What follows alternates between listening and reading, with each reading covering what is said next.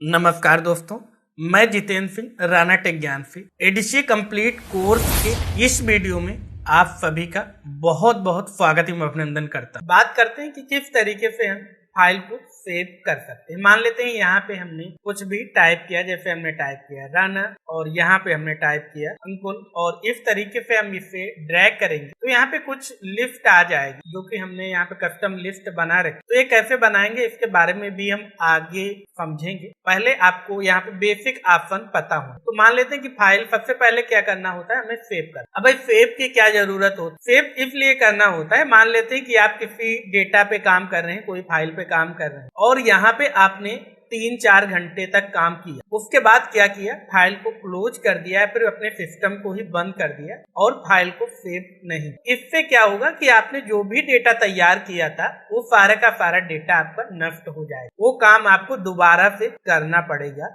अगर आप उस फाइल को सेव। तो सबसे पहले जब भी आप कोई भी फाइल लें तो उसे सबसे पहले आपको उस फाइल से संबंधित नाम देकर सेव करने के कई सारे मेथड हैं यहाँ पे। चलिए यहाँ पे जूम करके अगर हम आपको क्विक एक्सेस टूल बार में आए तो यहाँ पे भी आपको सेव का ऑप्शन मिल जाता है। अगर आपके सिस्टम में नहीं आ रहा है तो सिंपल आपको यहाँ पे आना है इस पॉइंट पे और यहाँ पे मोर कमांड्स पे आना है और यहाँ पे जो जो आपको ऑप्शन चाहिए इस लिस्ट में से आप उन्हें, जैसे मान लेते हैं कि मुझे यहाँ पे फाउंड का चाहिए तो फाउंड को सेलेक्ट किया और इस ऐड बटन पे क्लिक कर देंगे। यहाँ पे देख रहे हैं ऐड बटन, इस पे क्लिक करेंगे तो हमारे इस लिस्ट में ऐड हो जाएगा। यहाँ पे देखिए फाउंड आ गया। अब जैसे ही हम ओके कर देंगे तो यहाँ पे देखें तो फाउंड ऑप्शन भी ऐड होगा। यहाँ से भी आप फाउंड चेंज कर। अब मान लेते हैं मुझे ये ऑप्शन नहीं चाहिए तो दोबारा से इस पॉइंट पे क्लिक कीजिए, मोर कमांड्स पे आइए और यहाँ पे मान लेते हैं कि ये जो फाउंड हमने ऐड किया था अब मुझे नहीं चाहिए तो सिंपल इसे सेलेक्ट करेंगे और जैसे सेलेक्ट करेंगे तो इसी के नीचे एक और ऑप्शन आ जाएगा रिमूव। तो यहाँ पे क्लिक कर दीजिए तो ये रिमूव होगा। अब मान लेते हैं कि यहाँ पे फॉर्म भी मुझे नहीं चाहिए, फॉर्म को भी रिमूव कर दीजिए। इसी के साथ मान लेते हैं कि यहाँ पे हमें क्या चाहिए, ये जो हमने क्रम लगा रखा है, मान लेते हैं न्यू फाइल सबसे नीचे चाहिए, मुझे सबसे आखिर में चाहिए तो यहाँ पे न्यू को सेलेक्ट करेंगे और उसके बाद यहाँ पे आप ऑप्शन देख पा रहे होंगे अप डाउन के 2 बटन है। तो जैसे हम डाउन ले जाना चाहते हैं, नीचे ले जाना चाहते हैं तो आप डाउन पे क्लिक करते रहिए तो देखिए न्यू फाइल सबसे लास्ट में आ। उसके बाद आप ओके कर दीजिए। जैसे यहाँ पे ओके करेंगे तो आप देख सकते हैं न्यू ऑप्शन हमारा सबसे लास्ट। अब लगता है कि मुझे यहाँ पे नहीं चाहिए तो दोबारा से आइए मोर कमांड्स में और यहाँ पे फिर से न्यू फाइल को सेलेक्ट कीजिए और इससे मूव अप करते हुए मान लेते हैं कि यहाँ पे ओपन के पहले लाना चाहते तो ओपन के पहले ले गए और दोबारा से यहाँ पे नीचे आके ओके कर दे। तो यहाँ पे देखेंगे तो हमारा यहाँ पे ओपन के पहले न्यू आ। तो इस तरीके से आप इसे कस्टमाइज भी कर सकते हैं अपनी आवश्यकता अनुसार। और कस्टमाइज करने के बाद आपको यहाँ पे सेव ऑप्शन ले आना है या फिर आप यहाँ पे नहीं भी लाएंगे तो यहाँ पे आपका लेटेस्ट वर्जन है तो आपको यहाँ पे भी सेव ऑप्शन मिल जाएगा। तो आप चाहें तो इस पे आप सिंपल क्लिक कर दीजिए और इस तरीके से सेव का डायलॉग बॉक्स आ जाएगा कि आपको कहाँ पे सेव करना। या फिर आप आइए यहाँ पे फाइल ऑप्शन पे, यहाँ पे आपको सेव का ऑप्शन मिल जाएगा। जैसे आप इस पे क्लिक करेंगे तब भी वही विंडो आ जाएगा। या फिर अगर आपको लगता है कि भाई ये सब तरीके मुझे नहीं चाहिए, मुझे तेजी से काम करना है तो उसके लिए शॉर्टकट बताइए। तो उसके लिए आपको कीबोर्ड से Ctrl+F प्रेस कर देना है तब भी ये ऑप्शन आ जाएगा। उसके बाद आपको कहाँ पे सेव करना है फाइल। अब मान लेते हैं आपको वन ड्राइव में सेव करना है तो वन ड्राइव सेलेक्ट करेंगे, लेकिन मुझे अपने सिस्टम में सेव करना है तो यहाँ पे ब्राउज ऑप्शन पे जाएंगे। ब्राउज में जाएंगे तो सबसे पहले हमें डिफॉल्ट में जो लोकेशन मिलती है वो मिलती है डॉक्यूमेंट। हम आगे चेंज करना भी सीखेंगे कि किस तरीके से यहाँ पे हम किसी भी स्पेशल फोल्डर को सेलेक्ट कर सकते हैं। जब भी हम सेव के लिए क्लिक करें तो उसी फोल्डर में जाकर फाइल हमारी सेव। तो यहाँ पे फिलहाल क्या आ रहा है, डॉक्यूमेंट आ रहा है। मुझे डॉक्यूमेंट में नहीं सेव करना है, मुझे मान लेते हैं डेस्कटॉप पे सेव करना है तो यहाँ पे हमने डेस्कटॉप पे क्लिक करना। यहाँ पे आपके सभी ड्राइव मिल जाएंगे, आपको किस ड्राइव में सेव करना है वो भी आप सेलेक्ट कर सकते हैं, लेकिन मुझे चाहिए डेस्कटॉप पे तो डेस्कटॉप पे हमने सेलेक्ट। उसके बाद यहाँ पे अगर आपको दिखाएं फाइल का नाम, यहाँ पे आपको फाइल का नाम देना। अब भाई फाइल का नाम क्या दे ये आप पर निर्भर करता है कि आप किस प्रकार का डेटा बना रहे हैं। फाइल का नाम देते समय आपको ये चीज समझनी पड़ेगी। मान लेते हैं कि आप आगे चलकर क्या है काम करेंगे कहीं पे भी तो वहां पे मान लेते हैं कि आपके 200 फाइलें हैं, 300 फाइलें हैं, 500 फाइलें अपने एक्सेल की बना रहे। तो अगर आपसे कोई विशेष डेटा मांगा जाता है तो आप कैसे डेटा को खोजेंगे? क्या आप 100-200 फाइलें सभी एक एक करके ओपन करके देखेंगे कि इसमें क्या डेटा है? कौन सा डेटा मुझे चाहिए। तो यहाँ पे फाइल का नाम देते समय जो भी डेटा है, जिस टाइप की फाइल है, जिस टाइप का डेटा है, उससे संबंधित ही नाम देना है, ताकि आपको जब भी उस फाइल का डेटा चाहिए या जब भी आपसे उस फाइल का डेटा मांगा जाए तो आप तुरंत उस फाइल को सर्च करके और यहाँ पे ओपन करके अपना डेटा दे पाए या फिर डेटा में बदलाव कर। तो यहाँ पे फिलहाल हम प्रैक्टिस कर रहे हैं, तो यहाँ पे हम दे देते हैं डेमो1। ठीक है, सेव एज टाइप में अभी हम एक्सेल वर्कबुक ही रखेंगे। उसके बाद हम देखेंगे इसके अलग अलग टाइप का क्या काम होता है, कब इसे हम अलग अलग टाइप में सेव करते हैं, और कुछ और भी ऑप्शन यहाँ पे हैं, इनके बारे में हम बाद में बात करेंगे। तो यहाँ पे हमने दे दिया डेमो1।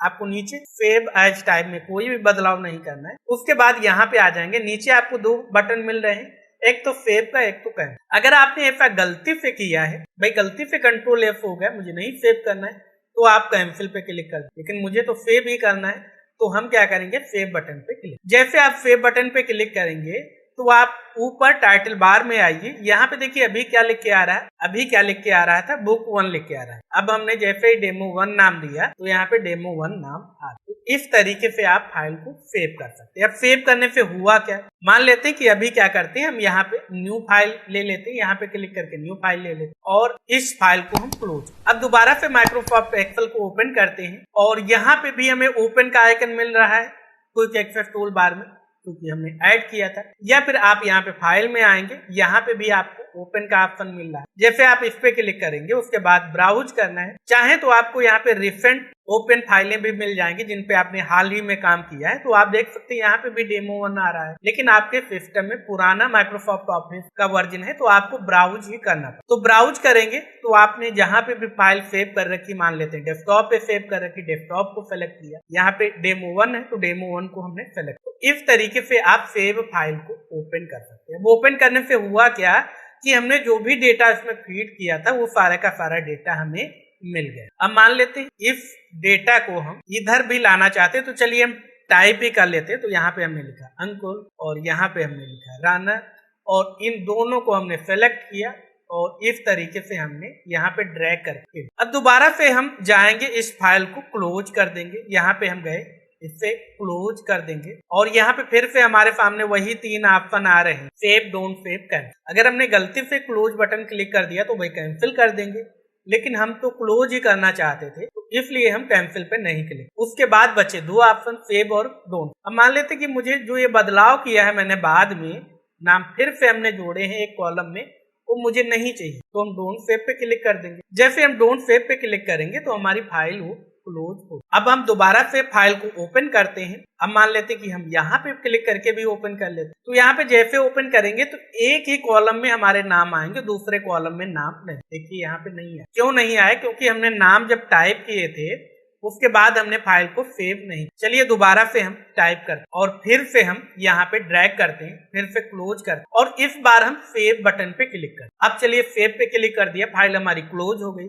दोबारा से हम ओपन करते हैं और इस बार हम फिर से डेमो1 ओपन करेंगे, तो देखिए यहाँ पे हमारा दोनों कॉलम में डेटा आ रहा है। क्यों आ रहा है, क्योंकि हमने जो बदलाव किया था उसके बाद हमने फाइल को सेव कर दिया। अब मान लेते हैं कि हमने यहाँ पे इतने नाम डिलीट कर दिए, उसके बाद हमने इस सेव ऑप्शन पे क्लिक कर। अब जैसे हम इस सेव ऑप्शन पे क्लिक कर रहे हैं तो यहाँ पे हमसे फाइल का नाम नहीं पूछा जा रहा। क्यों नहीं पूछा जा रहा है, क्योंकि यहाँ पे इससे पता है कि फाइल हमारी डेमो1 नाम से पहले से सेव, और अगर हम क्लोज भी अब करेंगे तब भी ये हमसे कुछ भी नहीं कहे। चलिए करके दिखा देते हैं। जैसे हम क्लोज कर रहे हैं हमसे कुछ नहीं, ना सेव, ना डोंट सेव, ना कैंसिल, कोई भी ऑप्शन। क्यों नहीं आया, क्योंकि भाई कंप्यूटर को पता है, सॉफ्टवेयर को पता है कि हमने जब भी बदलाव किया था उसके बाद हमने सेव कर दिया। अब अगर ऐसे ही हम इसे क्लोज करना चाहें तो हमसे कुछ नहीं, क्योंकि इसे पता है कि भाई फाइल पहले से सेव है, सेव करने के बाद कोई भी बदलाव नहीं हुआ। लेकिन जैसे मान लेते हैं हमने यहाँ से कोई नाम डिलीट कर दिया, उसके बाद यहाँ पे हम क्लोज करना चाहेंगे तो ये हमसे पूछे, हमको ये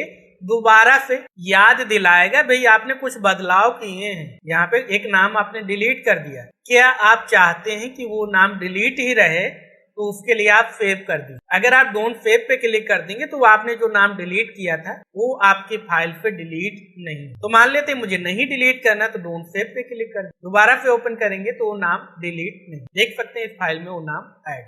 इस तरीके से आप फेब ऑप्शन का उपयोग कर सकते। उसके बाद एक और ऑप्शन होता है, यहाँ पे अगर आपको दिखाएं फाइल में जाके फेब एज का। अब भाई फेब एज ऑप्शन का क्या उपयोग होता है, तो फेब एज ऑप्शन और फेब में अंतर ये होता है कि फेब से हम पहली बार जब भी फाइल सेव करते तो उसे हम फेब कहते। जब भी सेव की हुई फाइल को, जैसे यहाँ पे हमने डेमो1 नाम दिया, अब हम चाहते हैं कि भाई यहाँ पे हम ये जो डेटा है ये डेमो1 में रहेगा, लेकिन हम चाहते हैं कि ये वाला पूरा कॉलम डिलीट हो जाए और उसके बाद एक नई फाइल हमारी बन जाए। तो उसके लिए हम क्या करेंगे, सेव एज करें। तो हमने यहाँ पे डेटा डिलीट कर दिया, लेकिन अभी हम अगर सेव कर देंगे तो ये बदलाव इसी फाइल में सेव हो जाए। लेकिन हम इस फाइल में तो दोनों कॉलम्स में डेटा चाहते हैं, लेकिन हम चाहते हैं एक नई फाइल बनाएं, उसमें केवल ये हमारा ये वाले कॉलम्स में ही डेटा रहे। तो उसके लिए क्या हम करेंगे, उसके लिए हम सेव एज ऑप्शन का, तो चाहे यहाँ पे भी आप ऐड कर लीजिए क्विक एक्सेस टूल बार में सेव एज का, वहां से भी क्लिक करके आप सेव एज कर सकते, या फिर आप फाइल में जाइए सेव एज पे क्लिक कर दीजिए। कहाँ पे आपको सेव एज करना है वो लोकेशन चुन लीजिए, या फिर कीबोर्ड से F12 बटन होता है ऊपर आपको मिल जाएगा, तो उसे प्रेस कर दीजिए। उसके बाद आपसे फाइल का नाम दोबारा से पूछे। अब दोबारा से फाइल का नाम और फाइल का लोकेशन पूछ रहा है, तो अगर आपको किसी दूसरी लोकेशन पे फाइल को सेव करना है तो आप यहाँ पे दूसरी लोकेशन भी चुन सकते। लेकिन मान लेते हैं कि मुझे भाई डेस्कटॉप पे ही सेव करना, तो मैंने डेस्कटॉप चुन लिया। उसके बाद यहाँ पे आप डेमो1 से नहीं सेव कर, क्यों नहीं सेव कर सकते, चलिए उसको भी करके दिखा दें। जैसे सेव पे क्लिक करेंगे तो आपसे कहेगा भाई डेमो1 नाम से फाइल आपकी पहले से डेस्कटॉप पे है, तो क्या आप उसे रिप्लेस करना चाहते, तो हम ये बिल्कुल भी नहीं चाहते। हम चाहते दोनों फाइलें हमारी रहें, तो उसके लिए क्या है, हमें दूसरा नाम देना पड़ेगा। तो चलिए यहाँ पे हमने डेमो2 दे दिया और यहाँ पे सेव पे क्लिक कर दिया, तो ये क्या हो गया, हमारा सेव एज। अब चलिए दोनों फाइलों को इसे भी क्लोज कर देते हैं। फिलहाल ओपन पे क्लिक करते हैं, यहाँ पे डेमो1 को ओपन करते हैं, तो यहाँ पे आप देख पा रहे होंगे दोनों कॉलम्स में हमारा डेटा आ रहा है, दोनों कॉलम्स में हमारा डेटा आ रहा है, सी कॉलम में भी ई कॉलम। लेकिन यहाँ पे हमने एक फाइल सेव एज की डेमो2 नाम से, उसे ओपन कर लेते हैं। ओपन पे गए, डेमो2 को सिलेक्ट किया और यहाँ पे इसे हम ओपन करके इस साइड में लाएंगे और यहाँ पे देख सकते हैं आप केवल और केवल ई वाले कॉलम्स में ही डेटा आ रहा है। तो इस तरीके से आप सेव और सेव एज ऑप्शन का उपयोग कर। आशा करते हैं आज की क्लास में जो भी आपको बताया गया है वो आपको अच्छे से समझ में आया। फिर भी अगर आपका कोई भी डाउट है, कोई भी कंफ्यूजन है, कोई भी सवाल है किसी भी टॉपिक को लेकर, तो कमेंट बॉक्स में अवश्य लिखें। हम कोशिश करेंगे कि जल्द से जल्द आपके उस प्रश्न का, आपके उस डाउट का जवाब हम दे पाए। साथ ही वीडियो आपको कैसा लगा कमेंट बॉक्स में अवश्य लिखें। अगर आप चैनल पे नए हैं, अभी तक आपने हमारे इस यूट्यूब चैनल को सब्सक्राइब नहीं किया, तो सब्सक्राइब अवश्य कर लें ताकि आने वाले सभी वीडियोज की जानकारी आपको सबसे पहले भेजी जा सके। और अपने दोस्तों के साथ इस वीडियो को शेयर करना बिल्कुल भी ना भूलें। तो मिलते हैं आपसे अगली वीडियो में, तब तक याद रखें, ज्यादा लर्निंग तो ज्यादा अर्निंग, इसलिए सीखते रहें और मुस्कुराते रहें। नमस्कार।